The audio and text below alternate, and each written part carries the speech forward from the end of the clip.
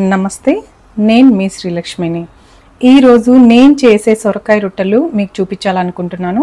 కొంతమంది సర్వపిండి అంటారు, కొంతమంది కొన్ని పేర్లతో పిలుస్తారు. ఓకే, ఆ వీడియో చూసేద్దామా?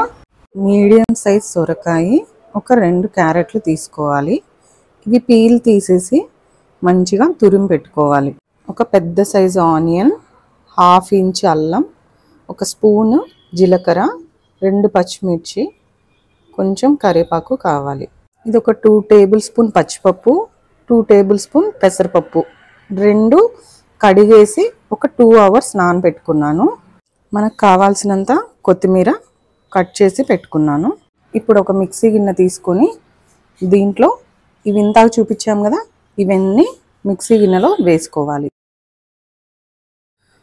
ఇప్పుడు ఇందాక చూపించాం కదా, అవన్నీ దీంట్లో వేసుకొని మరీ మెత్తగా పేస్ట్ అక్కర్లేదు, కొంచెం బరకగా పట్టుకోవాలి. దీంట్లో ఈ మసాలాకు సరిపడా 1/2 స్పూను ఉప్పు వేయాలి. మనం ఇందాక చూసాం కదా, ఆ సొరకాయ ఇలా తురుముకున్నాను. పీల్ తీసేసి తురుముకోవాలి. క్యారెట్ కూడా అలాగే తురుముకోవాలి. దీంట్లో ఇందాక మనం చూపించాం కదా మిక్సీ పట్టాలని, ఇలా బరకగా పట్టుకోవాలి, మరీ మెత్తగా పట్టుకోకూడదు. ఇది కూడా వేసుకుందాం దీంట్లో. తర్వాత కొత్తిమీర సన్నగా కట్ చేసుకోవాలి ఇలా. తర్వాత మనం ఇలా నానబెట్టుకున్నాం అని చెప్పా కదా, అవి కూడా మంచిగా వాష్ చేసి ఇలా వేసుకోవాలి. ఇందాక ఉప్పు చూపించాను కదా మిక్సీ పట్టాలని, ఆ మసాలాకు సరిపడా వేసాము. ఇప్పుడు దీంట్లో సరిపడా వేసుకోవాలి. దీంట్లో మెయిన్ ఇంగ్రీడియంట్ బియ్యం పిండి. ఈ బియ్యం పిండి ఒక 3 కప్స్ తీసుకున్నాను. ఈ 3 కప్స్ దీంట్లో వేసి కలుపుదాము. మళ్ళీ సరిపోకపోతే మళ్ళీ వేసుకుంటూ కలపాలి. దీంట్లో వాటర్ అంతా అవసరం పడదు.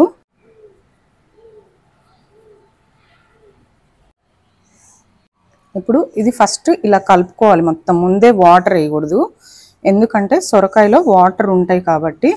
మొత్తం ఇలా కలుపుకోవాలి. సరిపోకపోతే మళ్ళీ బియ్యం పిండి కొంచెం వేసుకోవాలి. దీంట్లో కలుపుకున్నాము, సరిపోయినంత కొంచెం వాటర్ పోసుకోవాలి, మరీ ఎక్కువ అక్కర్లేదు. ఇది ముద్దలాగా చేసుకోవాలి. ఇది పిండి అంతా ఇలా కలుపుకున్నాను. ఉప్పు సరిపోకపోతే వేసుకోండి. ఇట్లా ప్యాన్ పెట్టుకున్నాను, ఇది హీట్ అవుతుంది. ఇప్పుడు రొట్టెలది ప్రాసెస్ చూద్దాం. ఇట్లా ఒక పాలిథిన్ కవర్ తీసుకున్నాను, ఇది వాష్ చేసుకున్నాను. దీని మీద రొట్టెలు చేద్దాం ఇప్పుడు మనం. ఇప్పుడు ప్యాన్ హీట్ అయింది. ఇప్పుడు కొంచెం ఆయిల్ వేసుకుందాం దీని మీద. ప్యాన్ మీద ఇట్లా స్ప్రెడ్ చేసుకోవాలి.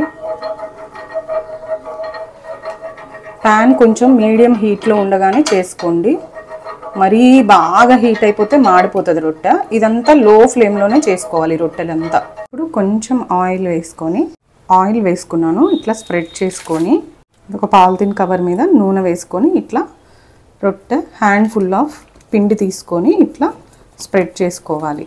మనకి నచ్చిన సైజు, చిన్న సైజులు కూడా చేసుకోవచ్చు. నేనైతే పెద్ద రొట్టెలే చేస్తున్నాను. ఇట్లా నేను రొట్టె తట్టుకున్నాను. మనకి నచ్చిన సైజులో చేసుకోవచ్చు. ఇది కొంచెం మందంగా ఉండాలి. ఇంత సైజు చేసుకుంటే ఒక్క రొట్టె తిన్నా సరిపోతుంది. ఇప్పుడు మంచిగా పెన్నం మీద కాల్చుకుందాము.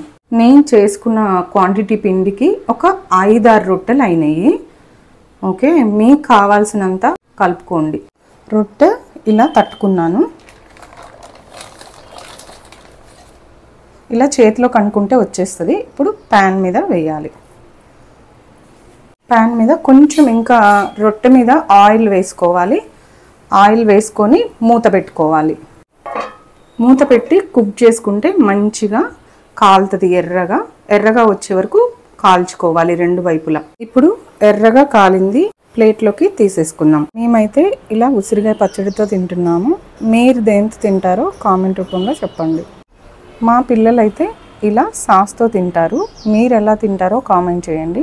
చూసారు కదా, మేము చేసుకునే విధానం మీకు చూపించాను. సొరకాయ రొట్టెల కాంబినేషన్లో మీరేం తింటారో నాకు కామెంట్ రూపంలో చెప్పండి. ఏం వీడియోలు చేస్తే బాగుంటుందో అది మీకు కామెంట్ రూపంలో చెప్పండి. ఓకే, నమస్తే, ఉంటాను. మరో వీడియోలో మళ్ళీ కలుద్దాం. Thank you for watching. Like, share, subscribe. నమస్తే, ఉంటాను. బాయ్.